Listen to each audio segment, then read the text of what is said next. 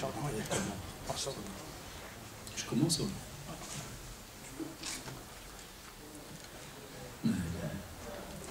بسم الله الرحمن الرحيم إن الحمد لله نحمده تعالى ونستعينه ونستغفره ونعوذ بالله من شرور أنفسنا ومن سيئات أعمالنا من يهده الله فلا مضل له ومن يضلل فلا هادي له وأشهد أن لا إله إلا الله وحده لا شريك له وأشهد أن محمدا عبده ورسوله وبعد أيها الإخوة والأخوات السلام عليكم ورحمة الله وبركاته. Comme vous l'avez remarqué, donc le sujet d'aujourd'hui traitera, Inch'Allah, d'après vos questions, sur la stigmatisation de l'islam. Certains frères et certaines sœurs pensent que c'est un sujet qui date seulement d'il y a quelques années, ou bien depuis les événements du 11 septembre, le fameux attentat. On a des fois la mémoire très courte. Certains de nos savants, hafidahumullah, nous disent que la stigmatisation de l'islam a commencé depuis que le tawhid est présent sur terre. Ça, il ne faut pas l'oublier. Si nous, les jeunes, on était des habitués de la lecture, et spécialement par exemple le domaine de la aqida, et on voit le pourquoi du comment de certains sujets, on comprendra, et on comprendrait beaucoup mieux, que depuis que l'unicité est installée sur terre, par la volonté d'Allah subhanahu wa ta'ala, ça a toujours semé, et ça sèmera toujours quelques problèmes. C'est-à-dire qu'il y aura toujours des personnes qui ne seront pas d'accord par rapport à cela. Si on comprend ce premier point, Wallah, déjà, entre guillemets, ça doit déjà nous relâcher un peu, nous déstresser. Parce que certains, dès qu'ils parlent de stigmatisation de l'islam, à la seconde, politique, à la seconde, terrorisme, ceci, cela. Ça, c'est encore un autre problème qu'on va, Inch'Allah, essayer de discuter par rapport à cela. La première partie déjà, tu dois être clair qu'il est tout à fait normal que sur Terre, on retrouvera toujours ce qu'on appelle, entre guillemets, deux blocs, deux entités.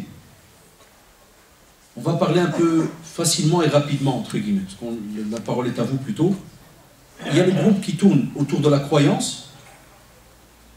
Et là, tu vas trouver les musulmans, tu trouveras les chrétiens, les juifs, athées, pas les athées, bouddhistes, c'est-à-dire ceux qui ont vraiment une croyance au sens propre du terme, sont rattachés à un Dieu. Et puis tu as ceux qui sont en face, par exemple la famille des athées, agnostiques, laïcs et autres, qui par exemple, comme on l'entend souvent et d'une manière très rapide et très simpliste, on dit voilà, on ne reconnaît pas une présence divine, on donne une certaine liberté aux gens par rapport à leur manière d'adorer, de vivre, de penser et ainsi de suite, mais il y a deux sphères, il y a la sphère publique, il y a la sphère privée, et dans le privé rentre le religieux. On n'a pas à mettre le religieux dans la sphère publique. Voilà, c'est un petit résumé très rapide, très bref, que certains trouveront simpliste, mais ici, on sait très bien que lorsque tu vis et tu es né, comme ça en Europe depuis des années, trentaine, si pas quarantaine, cinquantaine d'années pour certains minimum, on sait qu'il y a ce petit résumé qui est fait, on le vit. Deuxièmement, Allah subhanahu wa ta'ala, ya shabab, ya les jeunes, Allah subhanahu wa ta'ala, lorsqu'il nous a mis sur cette terre, il nous l'a rappelé. Et il nous a fait un drôle de rappel en commençant avec ce qu'on appelle un i'jaz, un aspect miraculeux qui bloque l'être humain à la seconde et qui lui fait comprendre qu'il restera tout le temps, jusqu'à la fin des temps, limité. Et il dit, Alif Lam Mim. Stop, déjà il t'arrête. Ça veut dire déjà nous on doit s'arrêter, on doit réfléchir. Il y a la grandeur d'Allah subhanahu wa ta'ala qui est présente. On ne sait pas expliquer qu'est-ce que Alif Lam Mim. Et Allah subhanahu wa ta'ala automatiquement il te dit Ahasiba an-nas an yutraku an yaqulu amanna wa hum la yuftanoun. Et Shabab, si on lisait le Coran et on vivait avec le Coran, on comprendrait que la stigmatisation par exemple de l'islam est pour nous, alhamdulillah, un petit jihad sur terre. Parce qu'Allah subhanahu wa ta'ala te dit, est-ce que tu penses que parce que tu as dit je crois en toi ya Allah, je suis croyant, je suis pratiquant, je suis musulman, je suis soumis à Allah subhanahu wa ta'ala, les gens, ils vont être laissés et, masha'Allah, il n'y aura aucune épreuve. Abadan. Et il dit même, Allah subhanahu wa ta'ala a même éprouvé ceux déjà avant nous. Les communautés avant nous ont aussi été éprouvées, et de différentes manières. Prenez rien que Nuh, alayhi salam. 950 ans sur terre, un tout petit groupe l'a suivi. 950 ans sur terre, de da'wah, de prédication, un petit groupe l'a suivi. Mais est-ce que ceux qui étaient avant nous sont restés dans l'état de victimisation que l'on voit aujourd'hui dans notre communauté? C'est un premier point, Al-Shabab. Je parle spécialement pour la communauté qu'on connaît le plus, maghrébine. On a été habitué, depuis qu'on est présent en Europe, on fonctionne d'après ce qu'on appelle le système de victimisation. Ça veut dire chaque fois se plaindre qu'on est touché, et on nous rabaisse, et on ne nous donne pas ceci, et on ne nous donne pas cela, tout le temps. Et quand tu lui dis, voilà, il y a les lois, il y a un tas de droits, il y a un tas de choses, tu dois te battre comme les autres se sont battus pendant des années. Va te battre, c'est comme ça. Dans les états de droit, c'est comme ça, les gars. Je ne sais pas si certains jeunes, en vérité, c'est ça qui m'étonne d'année en année. C'est peut-être parce qu'on prend de l'âge d'année en année, mais certains jeunes y croient. Écoutez-moi bien. C'est comme si un jeune, il va aller chez un curé, il va toquer. Oui, bonjour, pouvez me donner un Coran, s'il vous plaît? Et que si le curé lui dit, mais moi, j'ai pas de Coran, moi. Eh bien, le jeune va se fâcher sur le curé. C'est pas normal, vous devez me donner un Coran. Qu'est-ce qu'on va lui dire? On va dire, mon frère, mais tu es fou. Mais tu es fou. Tu n'as pas été toqué à la bonne porte, il n'a rien à voir lui, avec ton Coran. Vous allez me dire quel est le rapport? Prenez le cas par exemple du pays dans lequel on est. C'est un état de droit, pays neutre. Il accepte alhamdoulilah par rapport à d'autres pays. Ça aussi certains de nos jeunes, mais wallahi, moi j'aime bien la franchise. Et Dieu en est témoin. Wallahi, il va arriver un jour où les bienfaits qu'on a par exemple ici, on va les perdre d'années et on commence déjà à les perdre. Soit déjà parce que certains nous ont étudiés et ont vu que, wallahi, on n'a que du blabla, avec des grandes bouches. On aime bien sortir crier de temps en temps par-ci par-là, puis après, Allah, dès que ça arrive, al-ma'qul, c'est-à-dire vraiment le sérieux, tout ce qui est loi, juridique, ceci, cela, il n'y a rien. Et on va gratter petit à petit un tas de droits, un tas de choses auxquelles on a le droit. Et ça se fait au fur et à mesure. Jusqu'à ce que vont nous goûter, mais d'une manière mais vraiment à l'aise, les enfants de nos enfants. Rappelez-vous ce que je vous dis aujourd'hui. À l'aise. À l'âge, pourquoi? Parce qu'on a encore aujourd'hui des gens qui, peut-être qui rêvent ou qui font des cauchemars, ils te disent, t'es ici, c'est pas ton pays, consomme, prie, si t'es pas d'accord, dégage. Ce discours, c'est pas un raciste qui le dit, hein. C'est des fois des Arabes d'Yenna. Des fois des musulmans de chez nous. Quand tu dis, mon frère, voilà, on a besoin, alhamdoulilah, de voir par rapport aux écoles musulmanes, comme les chrétiens et les juifs l'ont fait, on a besoin de voir par rapport à tout ce qui est le domaine du halal, tout ce qui est le domaine de la finance, tout ce qui est le domaine de... C'est un tas de domaines qui, machallah, fait que notre communauté en a besoin, parce qu'on vit ici maintenant. C'est une grosse communauté, machallah. On ne peut même plus parler d'immigrés. Ça, cette blague, vous savez la blague de l'immigré, ça tu l'as fait à mon père, miskin. Oui, mon père a immigré. Moi, j'ai pas immigré. Je suis né dans les Marolles, moi. Je suis pas immigré. Il y a encore cette bêtise dans certaines émissions, bien, lorsqu'il y a des rencontres avec certains. Ah oui, vous les immigrés. Quel immigré? J'ai immigré d'où? L'hôpital Saint-Pierre à Berkem. D'où j'ai immigré? Donc tu es un citoyen, tu es là. Mais le problème, on n'a pas compris qu'est-ce que la citoyenneté. Et c'est pour cela que jusqu'à aujourd'hui, on a encore beaucoup de jeunes, comme vous l'avez remarqué pour les dernières élections, alors que ce n'était même pas des élections en Belgique, c'était en France. Vous avez vu ce qui s'est passé à la mosquée Sunna. Lynchage entre les jeunes. Vous croyez qu'il n'y a pas d'autres personnes, même maintenant, peut-être, comme on l'a vu dans certaines émissions, vous croyez qu'il n'y a pas parmi nous, maintenant, alors je vous parle, des gens qui ne sont peut-être pas musulmans, ou bien qui ont une apparence, ou tout ce que tu veux, même musulmans, et qui prennent des informations, et on fait ce qu'on en veut, et ceci et cela. C'est comme ça partout. Et c'est même bien qu'il y ait ça. Wallahi, c'est bien. Comme ça, c'est à nous de remonter, et de monter, entre guillemets, le niveau intellectuel, que ce soit dans le domaine des conférences, dans le domaine des sermons du vendredi, de savoir ce qu'on raconte, où est-ce qu'on le raconte, comment est-ce qu'on le raconte, et ainsi de suite. C'est important. Parce qu'un musulman n'a rien à cacher, wallahi. Un musulman sincère n'a rien à cacher, et il ne peut être qu'un bénéfice pour l'état dans lequel il est. C'est pour cela que ça fait plusieurs mois qu'on entend toujours parler dans beaucoup d'émissions, l'islam et les musulmans, l'islam et l'islam en Europe, l'islam à la belge, l'islam à la française, l'islam à la ceci. C'est parce que les musulmans eux-mêmes, nous, la masse, on soit honnête les jeunes, on est de simples consommateurs. Ou bien, action-réaction. Ou bien, si tu as un tout petit groupe qui lance un petit projet ou quelque chose qui va peut-être essayer de faire en sorte qu'on montre qu'il y a une présence musulmane, qu'est-ce que tu vas retrouver? Un autre paquet qui va le balayer et qui va le traiter tous les noms. Ah, ils ont été parlé avec des politiciens, oui, c'est des hizbi, ikhwani, ceci, cela, et on y va, toute la famille d'ennemis. Un autre Aoudi va lui dire, ah, t'as parlé de vote, t'as un takfir, t'as un kada, allez, on est reparti dans les cas. Subhanallah. Qui structure tout cela, Shabab? Qui structure? Parce que maintenant, on peut faire semblant de rien. Tu peux continuer à manger comme si de rien n'était, parce qu'encore, toi, plus ou moins, voilà, tu es là, tu es raccroché à la mosquée. Mais vous pensez que toute la communauté, vous pensez le prix? J'aime bien quand il y a des émissions qui parlent de les musulmans en Belgique. Quels musulmans? On soit honnête, les gars, on est entre quatre murs. De quels musulmans on parle? Parce qu'ils ont dit Ashhadu an la ilaha illallah wa ashhadu anna Muhammadan Rasulullah. Très bien, ça c'est déjà une première partie. Mais allez, on rentre dans la pratique. Zid. Je donne cours à une centaine d'élèves. Je vous l'ai déjà dit plein de fois. Plusieurs fois, on a été dans plusieurs écoles. 10, wallahi, 10. À tout casser, j'exagère.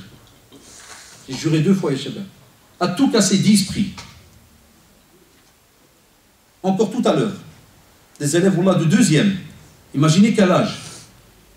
Sur les 10 élèves, 2 priaient. Les autres m'ont avoué, on n'a pas de l'alaqa avec salat. Taïb et Ikhwan. Alors, de quelle stigmatisation on parle? De quoi on parle? C'est tout à fait normal, Yeshabah. Le loup, il ne s'attaque que lorsqu'il trouve une brebis qui est ma'oujala, tu sais, qui marche soit en dansant ou en chantant ou la kada. Ah, dis-toi, c'est celle-là que je vais bouffer en premier. C'est très simple. Amma que tu rêves ou tu fais des cauchemars et que tu penses que quelqu'un, par exemple, qui est laïque, va t'apporter ta religion sur un plateau en or, ou bien quelqu'un qui est laïque va t'aider à mettre en pratique ta religion, mais ce n'est pas son travail, les amis. Ce n'est pas son travail. Tu es dans ce qu'on appelle un état de droit. Et un état de droit fonctionne avec des lois, des votes, des ceci, des cela. Tu dois te battre, il n'y a pas le choix, c'est comme ça. Tu dois te battre à gauche, à droite, le juridique, le ceci, le cela, jusqu'à ce que tu reçois. Mais si on est une simple communauté de consommation, ah là c'est un autre débat, les Shabab. Là c'est un autre débat. Si on devient musulman que quand il y a l'Eid, ou bien si on devient musulman que quand il y a congé, là c'est un autre débat de nouveau. Ah ben, en dehors de cela, on est actif dans quel domaine? Vous voulez qu'on fasse une statistique rien que du meilleur lieu qu'on a sur terre, la mosquée, pour nous les musulmans. Entre 450 et 500 mosquées. Vous allez me dire qu'il y a 500 comités de jeunes? Je vous défie. Vous savez très bien qu'on connaît le terrain par cœur. Vous allez me dire qu'il y a 500 comités de jeunes dans les mosquées? C'est-à-dire que chaque mosquée a un comité de jeunes comme il faut? Abadan, wallah. Il n'y a pas. Deuxièmement, combien de prédicateurs en Belgique? En français, français-arabe, combien? Les qu'on sort des chiffres. Vous voulez qu'on les compte sur une main? Où sont les jeunes qui s'inscrivent dans le domaine de la théologie? Où sont les jeunes qui s'inscrivent dans le domaine de l'arabe et qui se spécialisent dans l'arabe? Où sont-ils? Vous voulez qu'on les compte sur les 2 mains? Pourquoi j'ai dit les 2 mains? Parce qu'il y a beaucoup qui parlent de la première année. Oui, le jour où on s'inscrit, il y en a toujours 2000. Ça, nous qui sommes profs depuis 20 ans, on est habitués. Quand on cours dans un institut, septembre, il n'y a pas de place, tu dois éjecter des élèves, ça pleure. Mais viens en juin, t'as le prof est de tondu. C'est la vérité, les gars. Suivez cours dans certains instituts, vous allez voir. Alors le problème, les shabab, lorsqu'on parle de stigmatisation, est-ce qu'on est à la hauteur? 2 petits événements simples. C'est très simple, vous allez me dire, naam, mais ça joue, wallahi ça joue.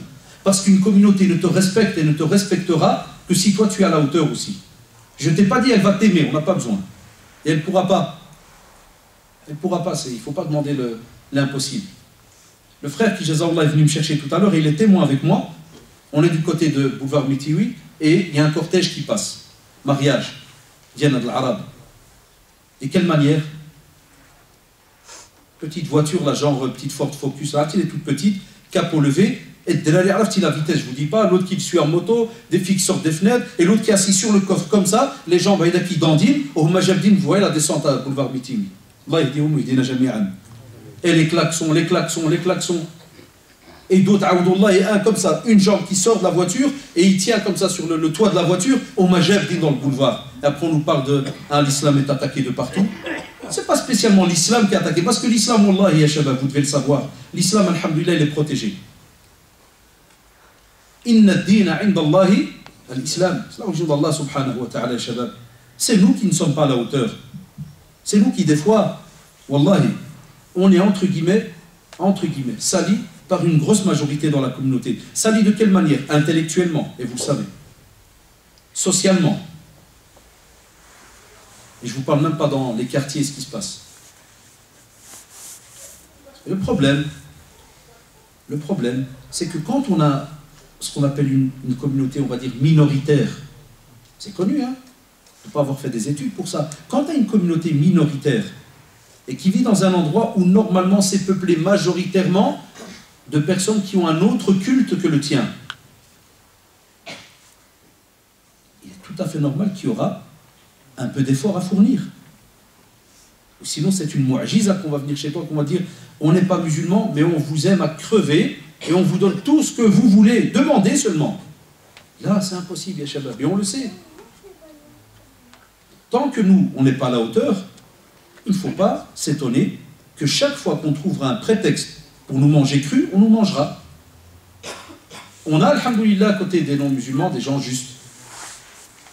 On le voit quand, par exemple, un ministre va dire que l'intégration n'a pas fonctionné, va voir c'est quoi la définition pour l'intégration, vous savez très bien c'est quoi ce domaine, donc n'a pas fonctionné, alhamdoulilah, tu vas voir qu'un bon paquet vont se réveiller, vont dire non.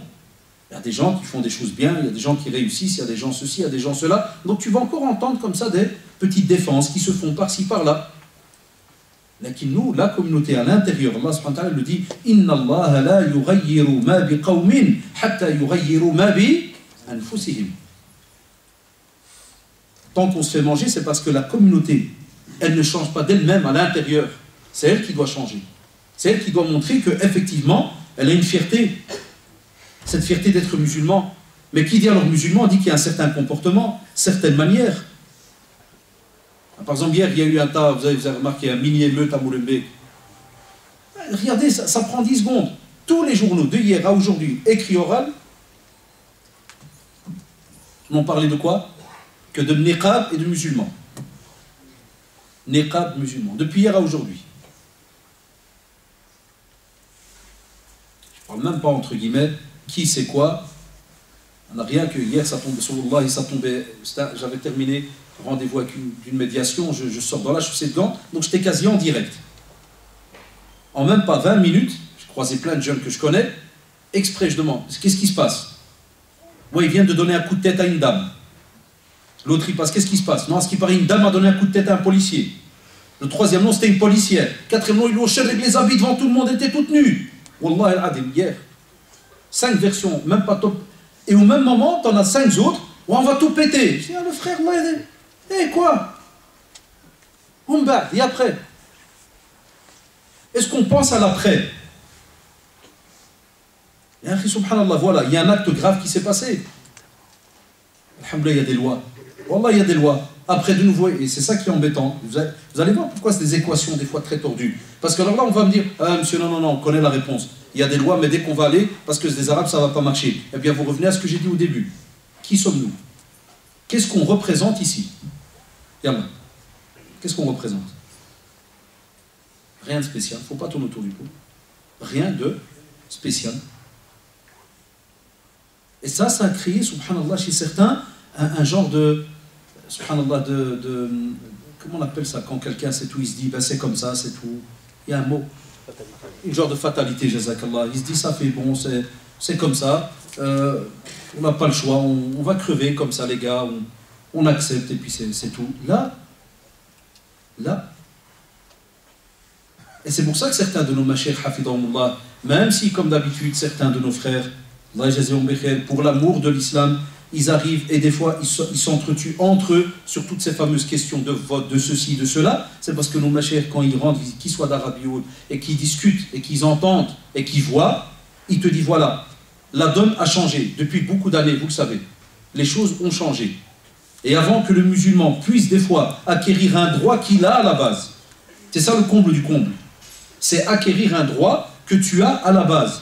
Il te dit tu es obligé d'avoir des représentants, tu es obligé de te casser la tête, de faire et ainsi de suite. Ou sinon, shabbat ta valise ou ba'aoum. Taïb. Voilà, tu es face à ce dossier-là. Ce n'est pas les jeunes qui doivent en discuter, ya shabab. Jamais de la vie. Et voilà pourquoi on nous stigmatise.